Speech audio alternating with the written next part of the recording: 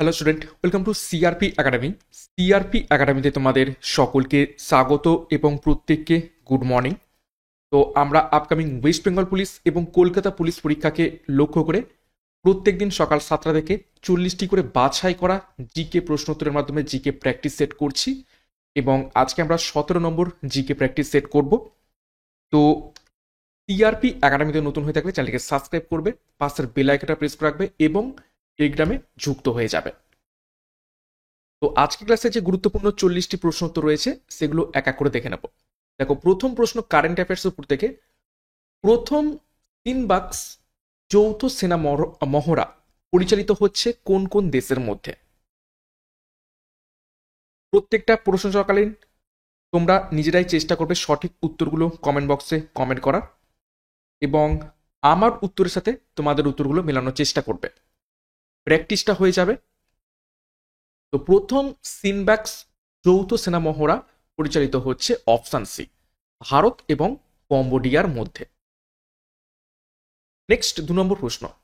পাকিস্তানকে 5-3 গোলে পরাজিত করে পঞ্চমবার men's hockey junior Asia cup জিতল নিচের কোন দেশ?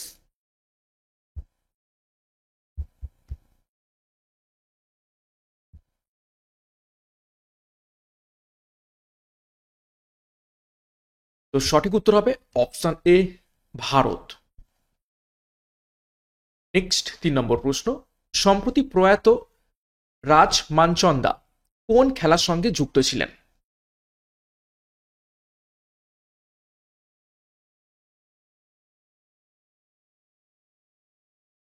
সম্প্রতি প্রয়াত রাজ মানচন্দা নিচের কোন খেলার সঙ্গে যুক্ত ছিলেন? সঠিক উত্তর হবে অপশন ডি, স্কোয়াশ। 4 নম্বর প্রশ্ন। সম্প্রতি প্রয়াত ইয়ান রেডপাথ কোন দেশের প্রাক্তন ক্রিকেটার ছিলেন?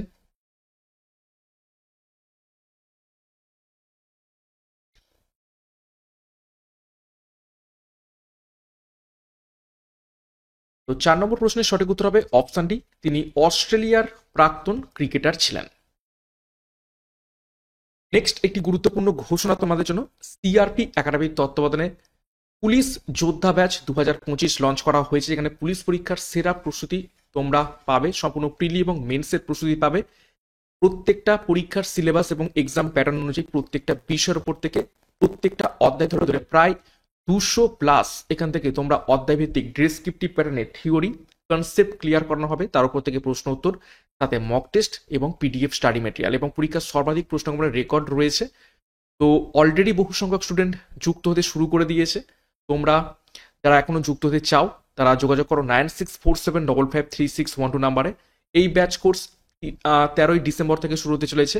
তাছাড়া আমাদের 80টি প্র্যাকটিস সেট সহ 3500 প্রশ্ন উত্তর নিয়ে বিষয় ভিত্তিক প্র্যাকটিস সেট রয়েছে। তো যার যেটি প্রয়োজন রয়েছে সেই অনুযায়ী যুক্ত হয়ে যাও, বিস্তারিত ডিসক্রিপশন বক্সে পেয়ে যাবে। পরীক্ষার সেরা প্রস্তুতি, সঠিক গাইডেন্স এবং স্টাডি মেটেরিয়ালের মাধ্যমে নেওয়ার জন্য এখনই যুক্ত হয়ে যাও এবং পরীক্ষাগুলোকে ক্র্যাক করতে শুরু করো। নেক্সট দেখো 5 নম্বর প্রশ্ন। হরপ্পানের লোকেরা এর ব্যবহার জানতেন, অর্থাৎ নিচের কোনটির ব্যবহার জানতেন হরপ্পা সভ্যতার লোকেরা? 4টি অপশন রয়েছে: 16 এবং 16-র গুণক, 12 এবং এর গুণক, 8 এবং এর গুণক, নাকি 4 এবং এর গুণক? সঠিক উত্তর হবে অপশন এ, 16 এবং এর গুণকের ব্যবহার জানতো হরপ্পা সভ্যতার লোকেরা। হরপ্পা এই যে শহর কে আবিষ্কার করেন 1921 সালে? দয়ারাম সাহানি হরপ্পা আবিষ্কার করেছিলেন। নেক্সট 6 নম্বর প্রশ্ন। ইংল্যান্ডস ডিউটিস টু ইন্ডিয়া নামক গ্রন্থের লেখক নিচের কোন ব্যক্তি? 4জন ব্যক্তির নাম রয়েছে: উমেশচন্দ্র ব্যানার্জি, অরবিন্দ ঘোষ, লালা লাজপত রায়, নাকি দাদাভাই নৌরোজি? খুবই গুরুত্বপূর্ণ একটি ঐতিহাসিক বই ইংল্যান্ডস ডিউটিস টু ইন্ডিয়া। কে লিখেছিলেন? সঠিক উত্তর মিলিয়ে নাও, অপশন ডি, দাদাভাই নৌরোজি লিখেছিলেন। দেখো, কিছু গুরুত্বপূর্ণ ভারতের ব্যক্তিবর্গ এবং তাদের লিখিত বই আমরা দেখে নেব। সর্দার বল্লভভাই প্যাটেল লিখেছিলেন ভারত বিভাজন। লালা লাজপত রায় লেখেন আনহ্যাপি ইন্ডিয়া। বাল গঙ্গাধর তিলক লেখেন গীতা রহস্য। সরোজিনী নাইডুর লেখা গুরুত্বপূর্ণ বই গোল্ডেন থ্রেশহোল্ড। বি আর আম্বেদকর লিখেছেন waiting for a visa. Doctor Sarvepalli Radhakrishnan লিখেছেন Indian philosophy. APJ Abdul Kalam লিখেছেন উইংস অফ ফায়ার। নেক্সট 7 নম্বর প্রশ্ন, ভারতের সংবিধান রচনা করতে মোট কতদিন সময় লাগে?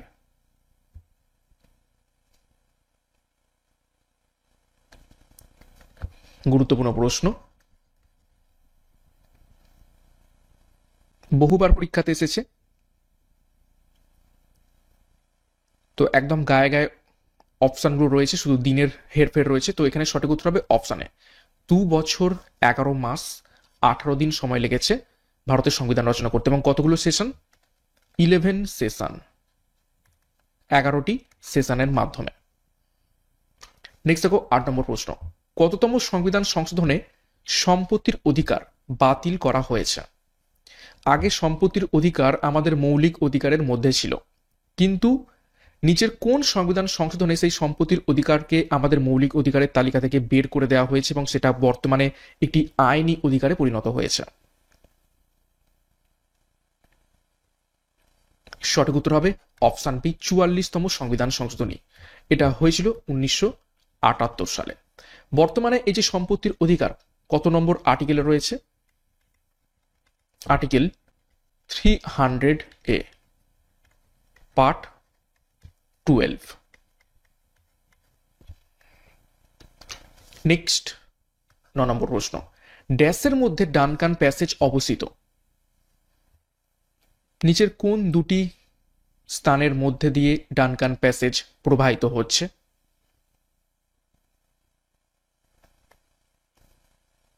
সঠিক উত্তর করার চেষ্টা করো। সঠিক উত্তর হবে, দেখে নাও, অপশন বি দক্ষিণ আন্দামান এবং ক্ষুদ্র আন্দামানের মধ্য থেকে ডানকান প্যাসেজ প্রবাহিত হচ্ছে। দেখো কিছু সীমানা আমরা দেখে নেব। দুরান্ত লাইন রয়েছে পাকিস্তান এবং আফগানিস্তানের মধ্যে। 3 বিঘা করিডোর রয়েছে ভারত এবং বাংলাদেশের মধ্যে। ম্যাকমোহন লাইন রয়েছে ভারত এবং চীনের মধ্যে। র্যাডক্লিফ লাইন রয়েছে ভারত ও পাকিস্তানের মধ্যে। সম্ব্রেরো চ্যানেল রয়েছে আন্দামান এবং নিকোবরের মধ্যে। 9 ডিগ্রি চ্যানেল রয়েছে লাক্ষাদ্বীপ এবং মিনিকয়ের মধ্যে। 10 ডিগ্রি চ্যানেল রয়েছে আন্দামান এবং নিকোবরের মধ্যে। নেক্সট 10 নম্বর প্রশ্ন দেখো, ভারতের রবি ফসল হলো নিচের কোনটি? 4টি ফসল রয়েছে, ধান, আলু, তুলা এবং পাট। 4টে ফসলের মধ্যে কোনটা রবি ফসল?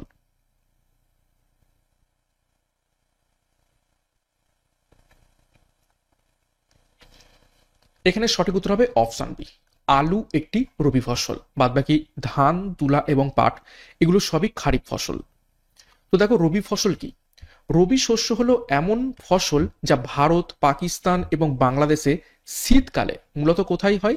শীতকালে বপন করা হয় এবং বসন্তকালে কাটা হয়। ভারতের প্রধান রবি শস্য হলো যেমন গম, তারপরে বার্লি, সরিষা, তিল এবং মটর। আর খারিফ ফসল কি? খারিফ ফসল দেখে নাও, খারিফ ফসল বর্ষা মৌসুমে চাষ করা হয় বলে একে বর্ষা ফসল হিসাবেও পরিচিত। অর্থাৎ মূলত বর্ষা শুরুতে যে সমস্ত ফসল বপন করা হয় তাকে বলা হয় খারিফ ফসল, যেমন ধান, ভুট্টা, বাজরা, রাগি, জোয়ার, সয়াবিন, চীনাবাদাম, তুলা ইত্যাদি সবই খারিফ ফসলের ধরন বা উদাহরণ। নেক্সট দেখো 11 নম্বর প্রশ্ন, দ্বারকেশ্বর এবং শিলাবতী নদীর যুগ্ম প্রবাহ কি নামে পরিচিত রয়েছে? বিভিন্ন নদীর সঙ্গম স্থল সম্পর্কে পরীক্ষায় প্রশ্ন আসে। তো দ্বারকেশ্বর এবং শিলাবতী নদীর যুগ্ম প্রবাহ কি নামে পরিচিত রয়েছে?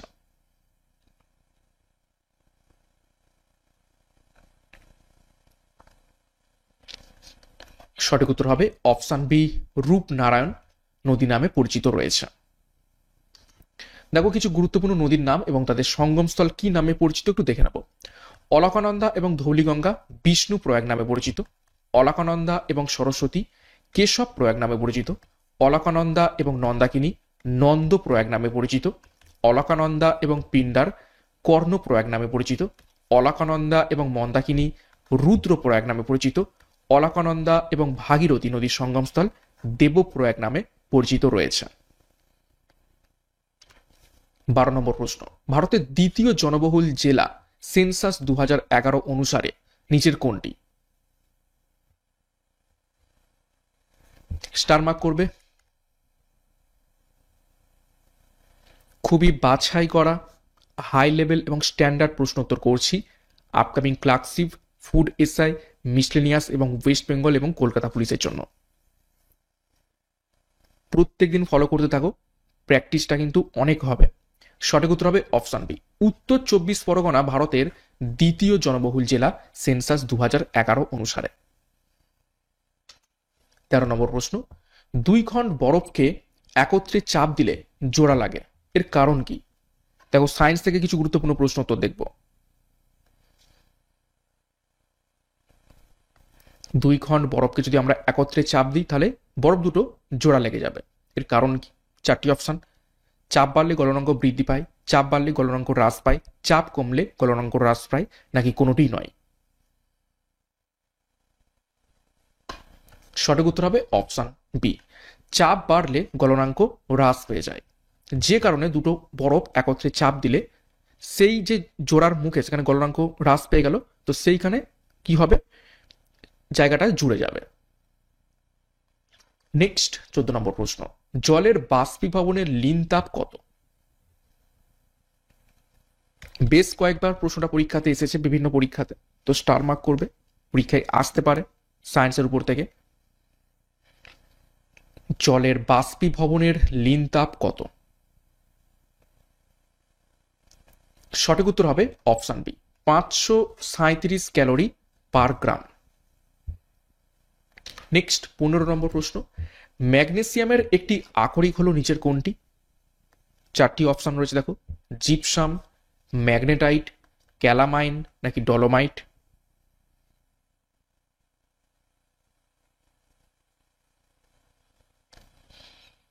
ম্যাগনেসিয়ামের আকরিক নিচের কোনটি?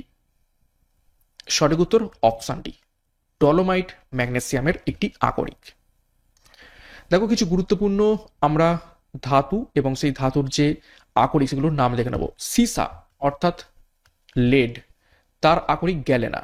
টিন, টিনের আকরিক ক্যাসিটেরাইট।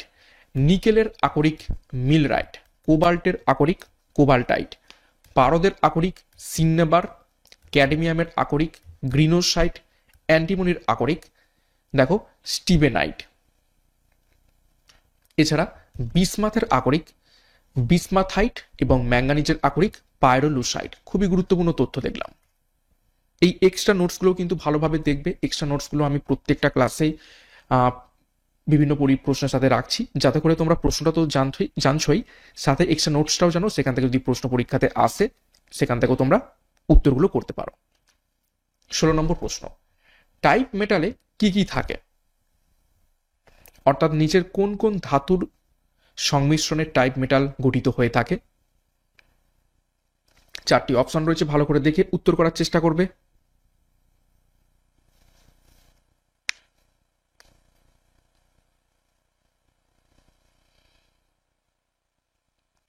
সঠিক উত্তর হবে অপশন বি, লেড, টিন এবং অ্যান্টিমনি, এই 3টি সংমিশ্রণে টাইপ মেটাল গঠিত হয়ে থাকে। 17 নম্বর প্রশ্ন, সালোক সংশ্লেষে উৎপন্ন O2 অর্থাৎ অক্সিজেন গ্যাসের উৎস হলো নিচের কোনটি? আমরা জানি গাছ সালোক সংশ্লেষের মাধ্যমে অক্সিজেন উৎপন্ন করে থাকে, মাটি থেকে জল নেয় এবং বাতাস থেকে কার্বন ডাই অক্সাইড গ্রহণ করে। তো এই যে অক্সিজেনটা উৎপন্ন করছে সেই অক্সিজেনের উৎস নিচের কোনটি? তো সঠিক উত্তর হবে অপশন এ, H2O। মাটি থেকে যে জল নেয় সেই জলের যে অক্সিজেন সেটাই অ্যাকচুয়ালি এই অক্সিজেন রূপে নির্গত হয়ে থাকে। 18 নম্বর প্রশ্ন, ত্বকের বহি আবরণটি কি নামে পরিচিত রয়েছে? 4টি অপশন, ডার্মিস, এপিডার্মিস, এনিডার্মিস, নাকি এক্সিডার্মিস?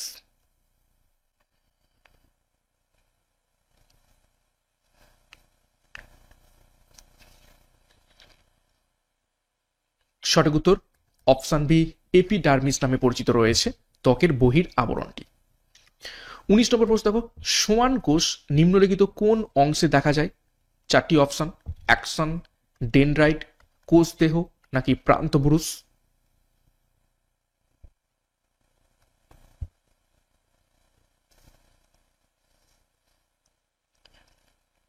সোয়ান কোষ নিম্নলিখিত কোন অংশে দেখতে পাওয়া যায়? সঠিক উত্তর হবে অপশন এ, অ্যাকশনে।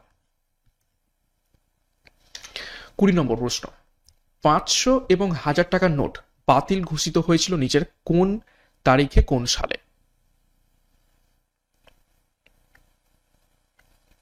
বহুবার পরীক্ষাতে এসেছে, ইকোনমিক্সের উপর থেকে গুরুত্বপূর্ণ প্রশ্ন।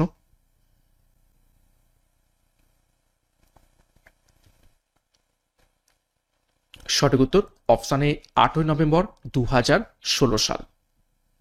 21 নম্বর প্রশ্ন, 14টি বাণিজ্যিক ব্যাংক জাতীয়করণ করা হয় নিচের কোন সালে? ইজি প্রশ্ন, এটা বহুবার পরীক্ষাতে এসেছে, তোমরা জানো। তো সঠিক উত্তরটা করে ফেলো, কিন্তু খুবই গুরুত্বপূর্ণ প্রশ্ন, বারবার প্রশ্নটা রিপিট করা হয়। 14টি বাণিজ্যিক ব্যাংকে জাতীয়করণ করা হয় নিচের কোন সালে?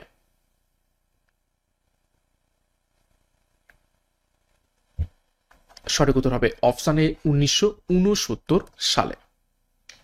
22 নম্বর প্রশ্ন, মোহাম্মদ ঘুরির কোনো পুত্র সন্তান না থাকায় তিনি বিজিত রাজ্যের দায়িত্ব তার বিশ্বস্ত সেনাপতির হাতে সমর্পণ করে গিয়েছিলেন। কে সেই বিশ্বস্ত সেনাপতি?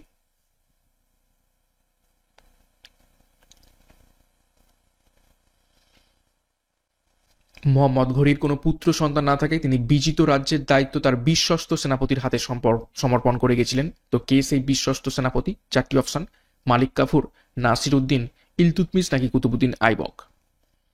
সঠিক উত্তর হবে অপশন ডি, কুতুবুদ্দিন আইবক। এবং পরবর্তীকালে যখন 1206 সালে এই মোহাম্মদ ঘুরি মারা যায়, তখন এই 1206 সালে কুতুবুদ্দিন আইবক দাস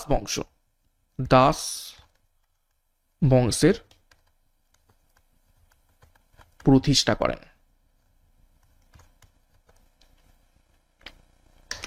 নেক্সট 23 নম্বর প্রশ্ন, তুর্কি বংশোদ্ভূত কোন সুলতান রাজসভায় পার্সিয়ান শিষ্টাচার প্রথা শুরু করেছিলেন?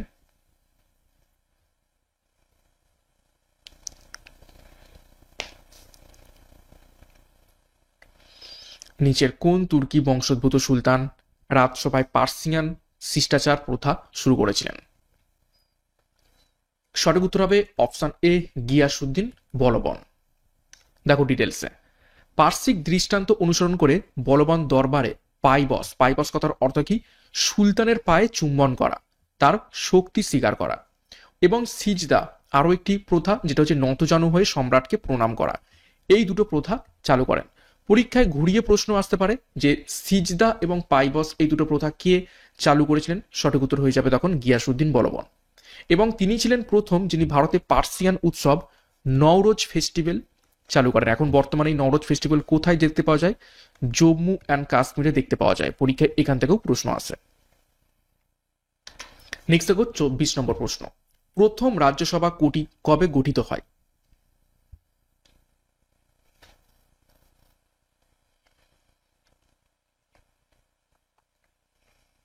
চারটি অপশন, 1953, 1952, 1951, 1952 সালের ডিসেম্বর। মাসগুলো একটু এদিক ওদিক রয়েছে। তো এখানে সঠিক উত্তর হবে অপশন সি, 1951 সালের ডিসেম্বর মাসে প্রথম রাজ্যসভা গঠিত হয়। 25 নম্বর প্রশ্ন, লোকসভার সদস্য হতে গেলে কমপক্ষে কত বছর বয়স্ক হতে হবে? প্রত্যেকটা বিষয়ের প্রত্যেকটা টপিক থেকে প্রশ্নোত্তর রাখছি প্রত্যেকটা সেটে, তো প্রত্যেকদিন ফলো করতে থাকো। তো লোকসভার সদস্য হতে গেলে কমপক্ষে কত বছর বয়স হতে হবে? সঠিক উত্তর হবে অপশন বি, 25 বছর মিনিমাম হতে হবে লোকসভার সদস্য হতে গেলে। দেখো বিভিন্ন পদের নাম, তার ন্যূনতম বয়স এবং সর্বোচ্চ বয়স সীমা। দেখো রাষ্ট্রপতি হতে গেলে ন্যূনতম হতে হবে 35 বছর, ঊর্ধ্বসীমা নেই। উপরাষ্ট্রপতি হতে গেলে 35 বছর ন্যূনতম বয়স হতে হবে, সর্বোচ্চ বয়স কোনো নেই। রাজ্যপাল হতে গেলেও 35 বছর বয়স হতে হবে ন্যূনতম, ঊর্ধ্বসীমা নেই। মুখ্যমন্ত্রী হতে গেলে 25 বছর বয়স মিনিমাম হতে হবে, ঊর্ধ্বসীমা নেই। লোকসভার স্পিকার হতে গেলে 25 বছর ন্যূনতম বয়স হতে হবে, ঊর্ধ্বসীমা নেই। লোকসভার সদস্য হতে গেলে 25 বছর, যেটা আমরা প্রশ্নতে দেখলাম, এবং ঊর্ধ্বসীমা নেই। এছাড়া রাজ্যসভার যদি সদস্য হতে হয় তাহলে ন্যূনতম বয়স লাগবে 30 বছর, সীমা নেই, ঊর্ধ্বসীমা। এমএলএ হতে গেলে 25 বছর বয়স লাগবে ন্যূনতম, ঊর্ধ্বসীমা নেই। এমএলসি হতে গেলে 30 বছর মিনিমাম বয়স হতে হবে, ঊর্ধ্বসীমা নেই। পঞ্চায়েতের সদস্য হতে গেলে 21 বছর প্রয়োজন, ঊর্ধ্বসীমা নেই। এবং পৌরসভার সদস্য হতে গেলে 21 বছর ন্যূনতম বয়স হতে হবে, ঊর্ধ্বসীমা বয়সের নেই। নেক্সট 26 নম্বর প্রশ্ন, সংবিধানের কোন ধারা অনুযায়ী কোনো ব্যক্তি মৌলিক অধিকার লঙ্ঘনের অভিযোগে ব্যক্তিগতভাবে সুপ্রিম কোর্টের কাছে বিচার চাইতে পারে? ভিভিআই করবে।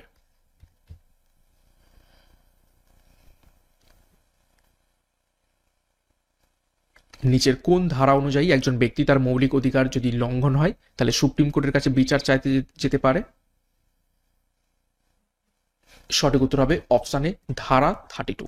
এবং এই ধারা 32কে বি.আর. আম্বেদকর কি বলেছিলেন? Heart and soul. এবং এটা তো গেল সুপ্রিম কোর্ট, এসসি। আর হাইকোর্টেও বিচার চাইতে যেতে পারেন কত অনুসারে? 226 নম্বর আর্টিকেল অনুসারে। 27 নম্বর প্রশ্ন, গ্রীষ্মকালে পশ্চিমবঙ্গে কোথায় সব থেকে বেশি গরম পড়ে? নিচের কোন জেলাতে? চারটি অপশন, বাঁকুড়া, বীরভূম, পুরুলিয়া নাকি বর্ধমান?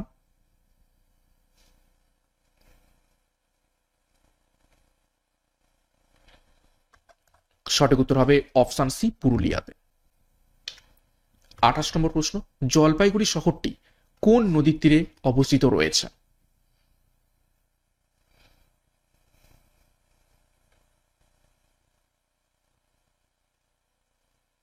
আজকের যে সেট সেটা ইজি টু মডারেট রয়েছে, কিছু প্রশ্ন একটু হার্ড রয়েছে কিন্তু পারা যাবে।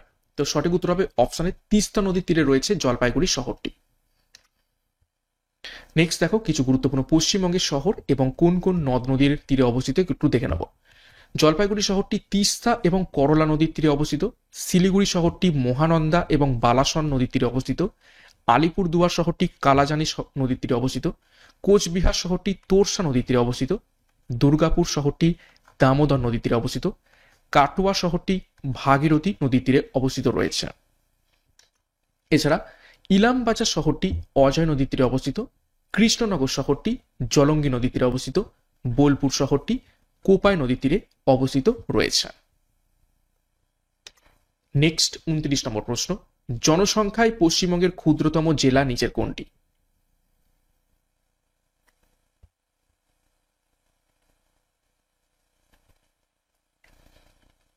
প্রশ্নটা ভালো করে দেখো, জনসংখ্যায় বলেছে। সঠিক উত্তর হবে অপশন ডি, দক্ষিণ দিনাজপুর। 30 নম্বর প্রশ্ন, চাঁদের আলো পৃথিবীতে আসতে কত সময় লাগে?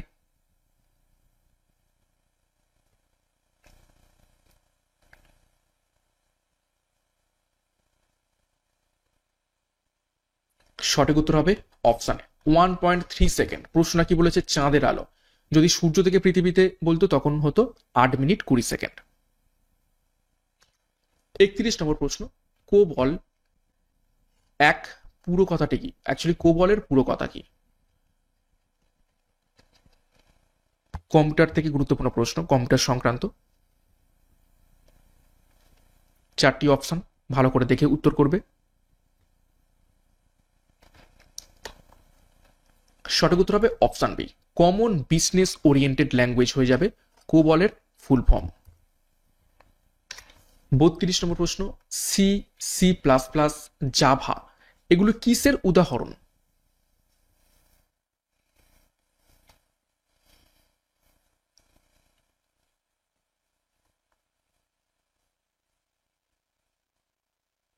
সঠিক উত্তর হবে অপশন সি, প্রোগ্রামিং ল্যাঙ্গুয়েজের উদাহরণ। 33, ইসিজি যন্ত্র আবিষ্কার করেন নিচের কোন বিজ্ঞানী? 4 জন বিজ্ঞানীর নাম রয়েছে, উইলিয়াম ইন্ডভেন, স্টিফেন হেলস, রবার্ট কচ, উইলিয়াম মর্টন। তো ইসিজি যন্ত্র কে আবিষ্কার করেন?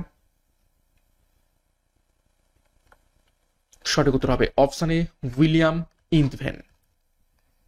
দেখো কিছু গুরুত্বপূর্ণ আবিষ্কার এবং তাদের আবিষ্কর্তার ব্যাপারে দেখে নেব।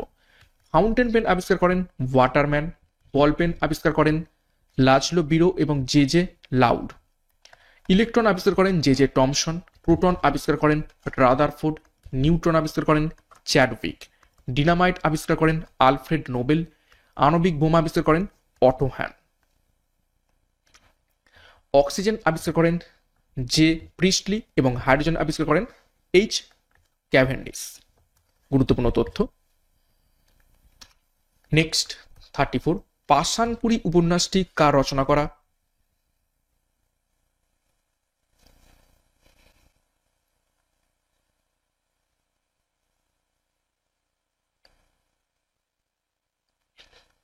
সঠিক উত্তর হবে অপশন এ, তারাশঙ্কর বন্দ্যোপাধ্যায় রচনা করেছেন পাষাণপুরী। দেখো কিছু গুরুত্বপূর্ণ আমাদের বাংলা সাহিত্যের উপন্যাস এবং তাদের রচয়িতার ব্যাপারে দেখে নেব।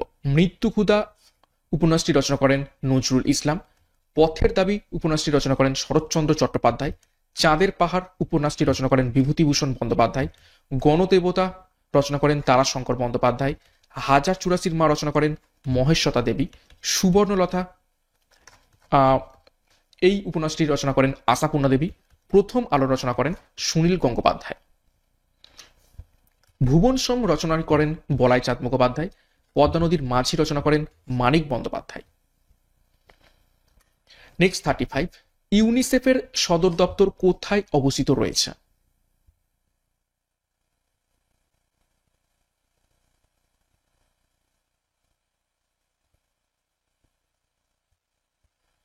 চারটি শহর New York, Geneva, Paris, Rome. তো ইউনিসেফের সদর দপ্তর অবস্থিত রয়েছে অপশন এ নিউ ইয়র্কে। দেখো কিছু গুরুত্বপূর্ণ আন্তর্জাতিক সংস্থা এবং তাদের সদর দপ্তর দেখে নেব। আন্তর্জাতিক আদালতের সদর দপ্তর হেগ শহরে অবস্থিত। ইন্টারপোলের সদর দপ্তর লিও শহরে অবস্থিত। এশীয় ইউনিয়ন ব্যাংকের সদর দপ্তর মেট্রো ম্যানিলাতে অবস্থিত। আইসিসির সদর দপ্তর দুবাইতে অবস্থিত। ফিফার সদর দপ্তর জুরিফে অবস্থিত। কমনওয়েলথের সদর দপ্তর লন্ডনে অবস্থিত। ইউরোপিয়ান ইউনিয়নের সদর দপ্তর ব্রাসেলসে অবস্থিত রয়েছে। 36, নাগোয়া প্রোটোকল কোনটির সঙ্গে সম্পর্কযুক্ত?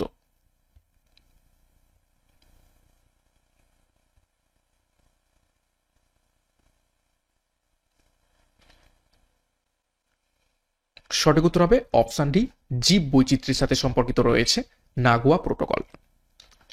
দেখো কিছু গুরুত্বপূর্ণ সম্মেলন আমরা দেখে নেব পরিবেশ সংক্রান্ত। রামসার সম্মেলন শুরু হয়েছিল 1971 সালে। উদ্দেশ্য ছিল জলাভূমি সংরক্ষণ। তারপর দেখো স্টকহোম সম্মেলন হয়েছিল 1972 সালে। কোথায়? সুইডেনের স্টকহোম শহরে। উদ্দেশ্য ছিল আন্তর্জাতিক পরিবেশ সুরক্ষা। নেক্সট ভিয়েনা সম্মেলন 1985 সালে হয় অস্ট্রিয়াতে। উদ্দেশ্য ছিল ওজোন স্তরের সুরক্ষা। নেক্সট মন্ট্রিল প্রোটোকল 1987 সালে হয়, কিন্তু কার্যকর করা হয় 1989 সালে। কোথায় হয়? কানাডার মন্ট্রিল শহরে। উদ্দেশ্য ছিল ওজোন স্তরের জন্য ক্ষতিকারক পদার্থের নিয়ন্ত্রণ। এবং কিয়োটো প্রোটোকল হয়, যেটা কপ 3 নামে পরিচিত, 1997 সালে হয় বিশ্ব উষ্ণায়নের বিরুদ্ধে লড়াইয়ের জন্য। 37, ধরিত্রী দিবস পালিত হয় নিচের কোন দিনটিতে?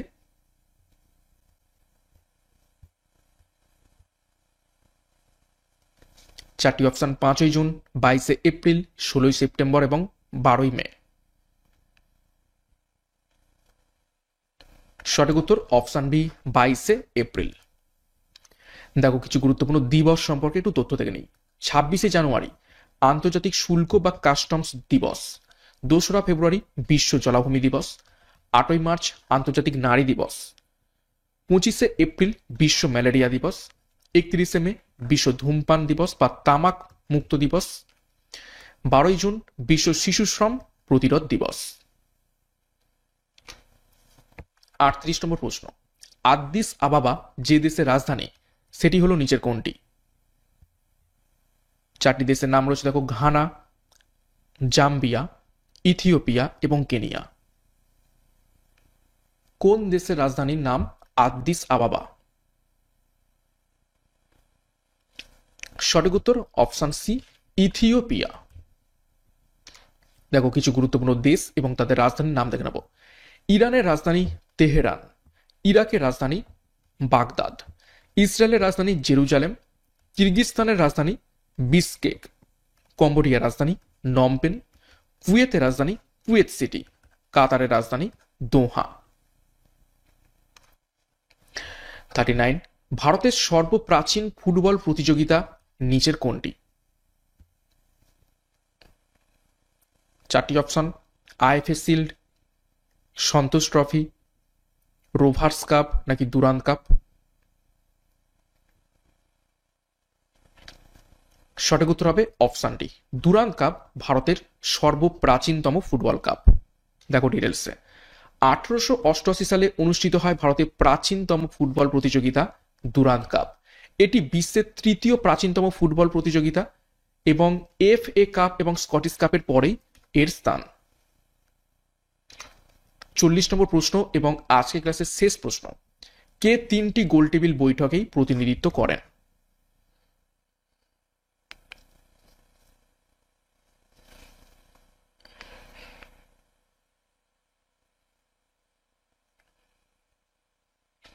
সঠিক উত্তর হবে অপশন সি, বি আর আম্বেদকর 3টি গোল টেবিল বৈঠকেই প্রতিনিধিত্ব করেছিলেন।